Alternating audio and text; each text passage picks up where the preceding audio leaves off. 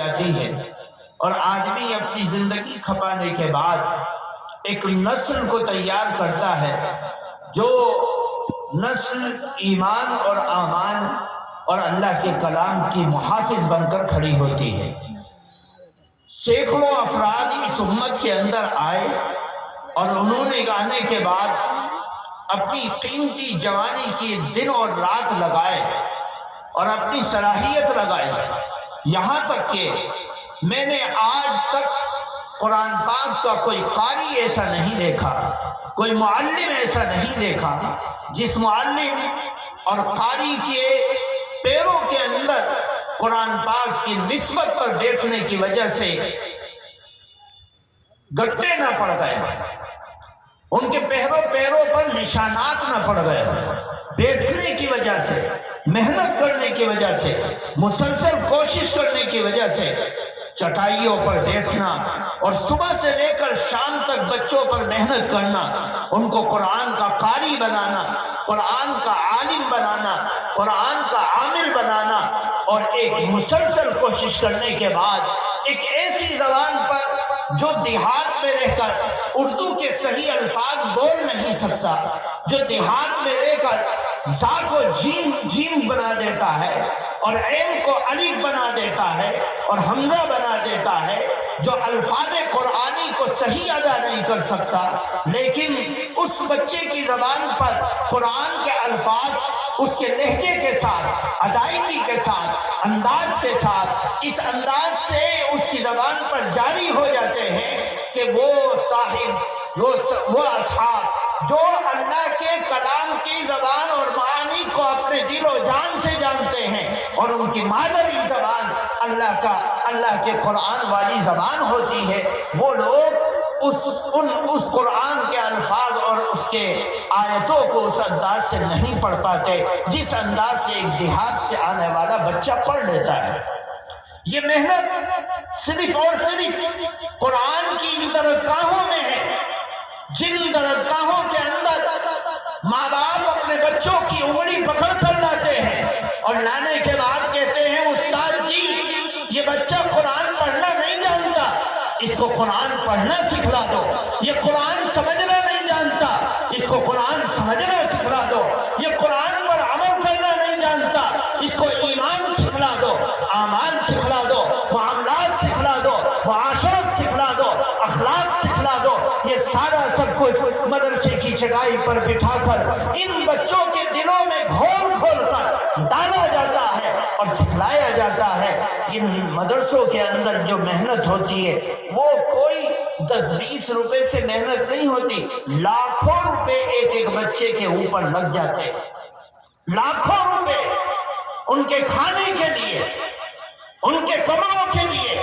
ان کی چٹائیوں کے لیے، ان کے قرآن کے لیے، ان کی کتابوں کے لیے اور ان کی تعلیم کے لیے، ان کے سیکھنے سکھانے کے لیے، ان بچوں کو باہنر بنانے کے لیے قوم کا، امت کا قیمتی اثاثہ ان کی جھولی میں ڈالا جاتا ہے۔ توقع یہ ہوتی ہے، امید یہ ہوتی ہے، آرزو یہ ہوتی ہے، تمنا یہ ہوتی ہے کہ یہ بچے قوم کے جنت میں جانے کا ذریعہ اور سبب بن جائے۔ یہ بھٹکی ہوئی قوم، شراب کے جام میں الجھی ہوئی قوم، اللہ کی عبادت سے منحرف قوم، اللہ کی بغاوت پر اپنے اعمال کو تباہ و برباد کرنے والی قوم، اس قرآن کی برکت سے، اس کے پڑھنے کی برکت سے، اس کے سمجھنے کی برکت سے گاؤں میں حافظ قرآن ہے، عالم قرآن ہے، عامل قرآن ہے، مفتی قرآن ہے۔ ہم اس قرآن کے جاننے والے ماننے والے سے پوچھیں گے اور پوچھ کر اس کی ہدایت پر جنت کا راستہ دیکھ لیں گے اور اس کو اپنا لیں گے۔ میرے دوستوں، بزرگوں، افسوس یہ ہے کہ مدرسے میں تربیت دی جاتی ہے، مدرسے میں تکبیر اولیٰ سے تمہارے بچوں کو نماز سکھلائی جاتی ہے، پڑھائی جاتی ہے، کھڑا کیا جاتا ہے، سوتے ہوئے بچے کے ہاتھ کو پکڑ کر کھڑا کر لیا جاتا ہے کہ نمازی بنے گا، لیکن ماں باپ جب وہ بچہ ہفتے میں، مہینے میں، سال میں اپنے گھر جاتا ہے، اس کا لباس بھی بدل جاتا ہے، چہرہ بھی بدل جاتا ہے، بال بھی بدل جاتے ہیں، انداز بھی بدل جاتا ہے۔ کیوں؟ اس بچے کو کون سی وہ شکتی اور طاقت تھی کہ اس بچے کی تکبیر اولیٰ مدرسے کے اندر فوت نہیں ہوتی تھی، لیکن گاؤں میں جانے کے بعد اس بچے کا سب کچھ بدل جاتا ہے۔ کیوں؟ ماں باپ جیسے ہوں گے بچے کے اوپر ویسے ہی اثر ہوگا۔ ماں باپ دیندار ہوں گے، بچہ دیندار ہوگا۔ ماں باپ شریف ہوں گے، بچہ شریف ہوگا۔ ماں باپ کے اندر دین کا اخلاص ہوگا، محبت ہوگی، طلب ہوگی اور ایک جلوہ ہوگا تو بچوں کے اندر دکھائی دے گا۔ ماں باپ اپنے آپ کو دین کی طرف لانے کی کوشش نہیں کرتے اور بچوں کو یہ چاہتے ہیں کہ بچہ عبد القادر جیلانی بن جائے، بچہ جنید بغدادی بن جائے، بچہ حسن بصری بن جائے، بچہ قاسم نانوتوی بن جائے، بچہ رشید احمد گنگوہی بن جائے، بچہ خلیل احمد اندیدوی بن جائے۔ نہیں، پہلے اپنی زندگی کو بدلو، اپنی سوچ کو بدلو، اپنے عمل کو بدلو، اپنے دین کو اللہ کے ان خطوط پر لے کر آؤ جس قرآن کی محبت میں تم نے اپنے بچوں کو لگایا ہے۔ میرے دوستو، ہماری طلب یہ ہے کہ ہمارے بچے دیندار بنے، قرآن والے بنے، قرآن کے سیکھنے والے بنے، ایک دیہاتی زبان پر قرآن کے الفاظ کو ادائیگی کے ساتھ، لہجے کے ساتھ، انداز کے ساتھ اس کو زبان پر جاری و ساری کروانا، یہ جہاں اللہ کا معجزہ ہے، وہیں پر اس استاذ کی محنت کو اللہ نے سبب بنایا جو 24 گھنٹے اس کی مشق کراتا ہے، 24 گھنٹے اس کو سکھلاتا ہے، 24 گھنٹے اس کی رگڑائی کرتا ہے، 24 گھنٹے اس کی تربیت کرتا ہے، 24 گھنٹے اس کی تعلیم کا بندوبست کرتا ہے۔ تم مدرسے کی چوکھٹ پر بچے کو اندر داخل کر کے مولوی سے ملے بغیر چلے جاتے ہو، استاد سے ملے بغیر چلے جاتے ہو۔ اب اس کے دانے کا،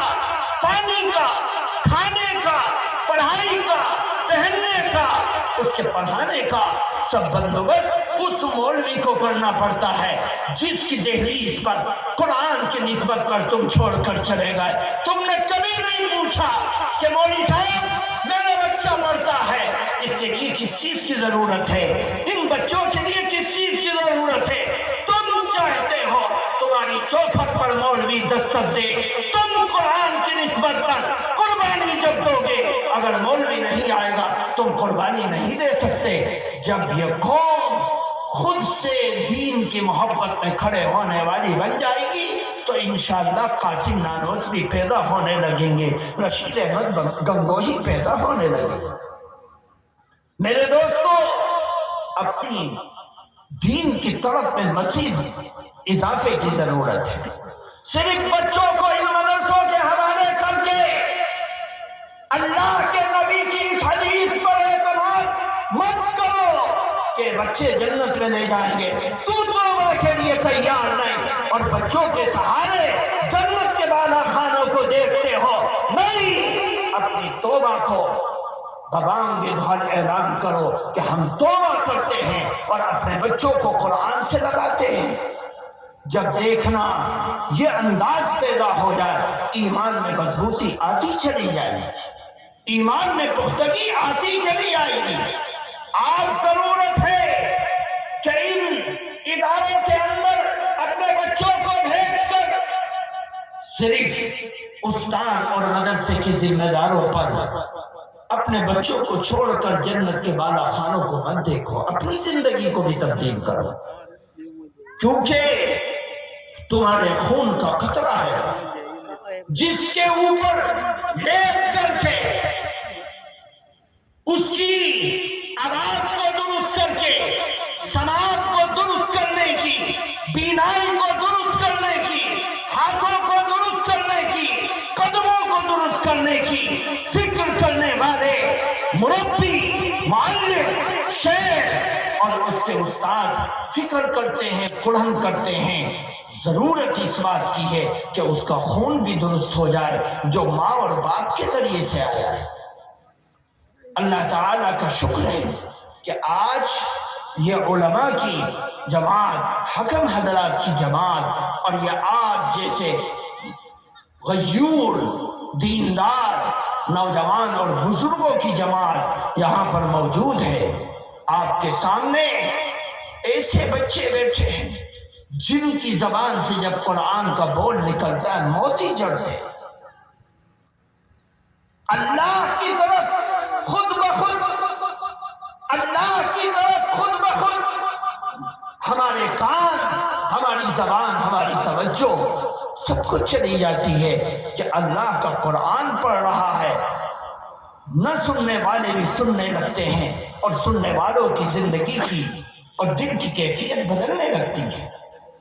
ان سینکڑوں بچوں میں جنہوں نے اس ضلع سہارنپور سے منتخب بچے سمٹ کر آئے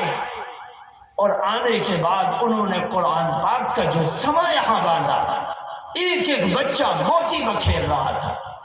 ایک ایک بچہ۔ اور خاص طور سے حکم صاحب کہہ رہے تھے کہ اس سال جو بچے آئے ہیں ان بچوں کے اندر تعداد، بچوں کے اندر چھوٹے بچوں کی بہت زیادہ تھی۔ 80% بچے چھوٹے، جو 80% بچے